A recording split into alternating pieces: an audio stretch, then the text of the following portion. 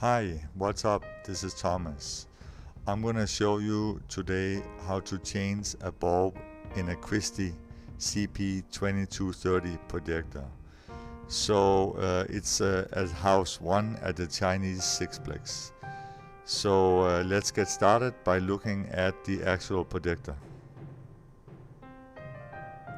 There we have it, and there's a touch screen at the bottom of it where we will make the controls, and in a moment we are gonna shut it off. But first I want to show you the boxes where the bulbs are in. I have an empty box where the old bulb will go, and I have a new box with a bulb inside that will be installed. So those are the two bulbs right there. They're 6,000 watts each.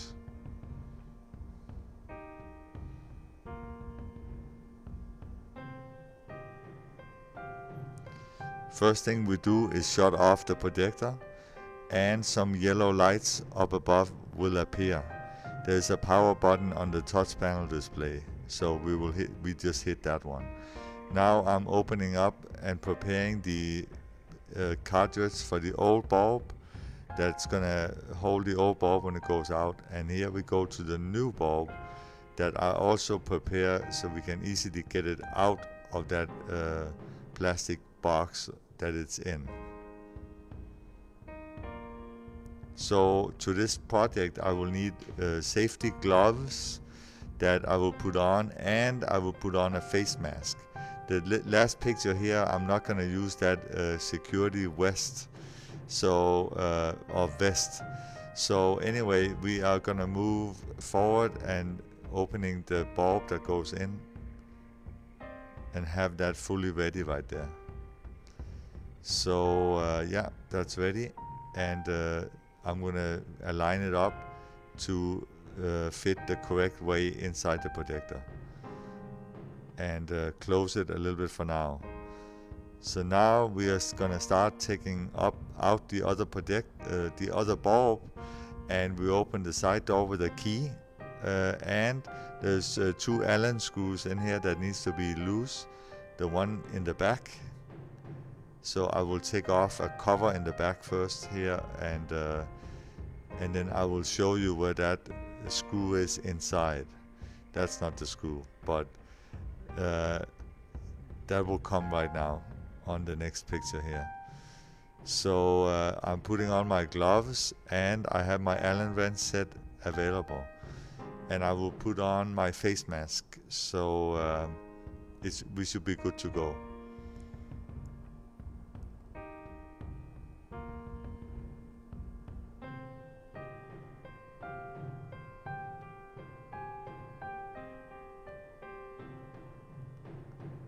Two different sizes of Allen wrenches is gonna be needed. It's a small one in the back and a little bit bigger one in the front. Pictures of that will come up right now.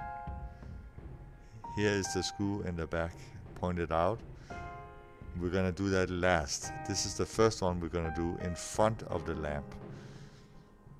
So we are screwing the front of the lamp right now. The picture is a little dark, but you should be able to see once I get it out.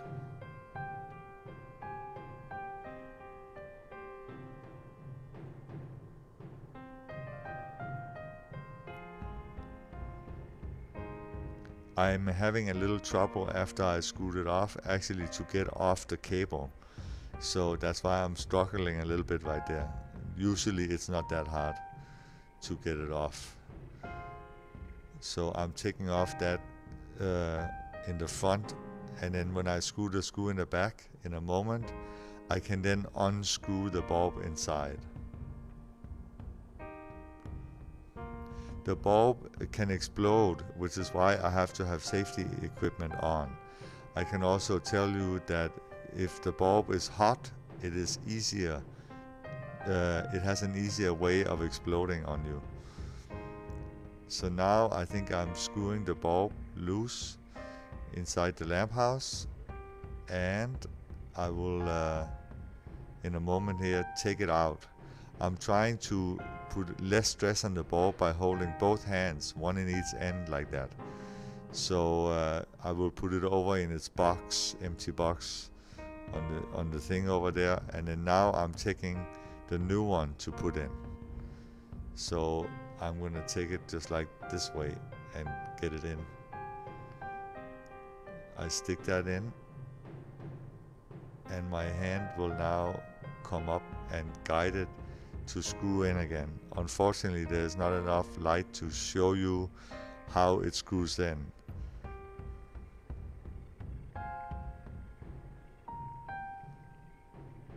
But I am working on it right there, screwing it.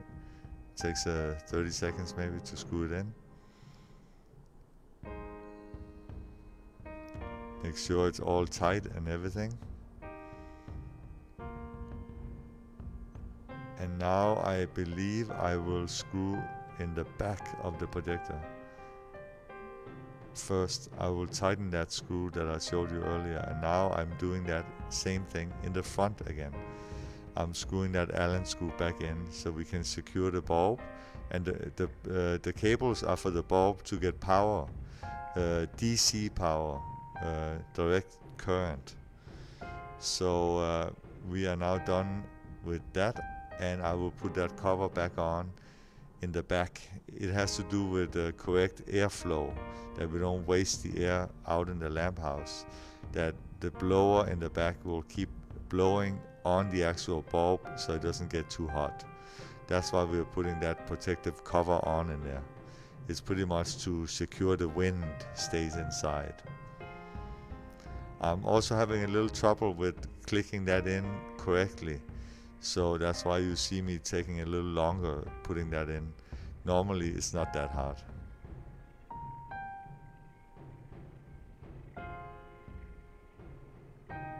Alright, I think I clicked it in right there. Now I close the lamp house door, and I remove the key not to sit in the door. That is just for safety reasons, in case someone bumps into the key and the lamp will then go out. So that is pretty much the job of putting in a new bulb. So now we need to tell the projector that we put in a new bulb. That happens from the touch panel display. So we are booting up the projector. While the projector boots up, I'm gonna get rid of the old bulb, pack it back up so no one gets hurt if it explodes. Eventually I'm gonna explode it in the box by throwing it to the floor before I trash it, so no one can get hurt if they pick it up. I also prepared a new box, and now the projector has been booted up, and I go to lamp history, and I will add another lamp, and I will pick the right size bulb, the right model bulb, and I will then put in a serial number right there. The serial number I will get from the box of the new bulb. So I am looking to see what that serial number is right there, and then it will go in.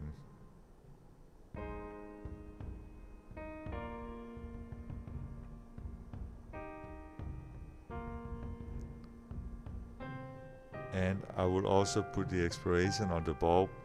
I will give it 1,000 hours instead of 600, and hours used is 0. And I can also give a reason why I'm changing the bulb out of some preset reasons. I save that, and now I have a new bulb on the top blue line up there, and I gave a reason this time while I changed the bulb. So we close that out. Now it's time to align the bulb. So the bulb has to be turned on first. So I will be doing that and opening the dowser. And then I'm gonna go into right below lamp history is lamp lock setup. And when I'm on this page here, I'm gonna check a little button at the bottom of the touch panel display before I hit do auto. That happens right there. So now I have white light on the screen, so we can follow how that gets darker or brighter. The projector is going to do this automatically. We have a do auto there. I can always override it on those arrows if I need to. So it's going to take a few minutes to align, and we can see how it gets dark out there and bright again, and it's going to set it up for peak for peak light output. So yeah, so that's pretty much how that works. And finally, it's going to be pretty much done with the alignment, and that's pretty much it for this video. I could show you how to set up the percentages, but for flat and scope, how much we use the bulb, but that is going to be for another video. So far, thank you for watching, and see you next time. Bye.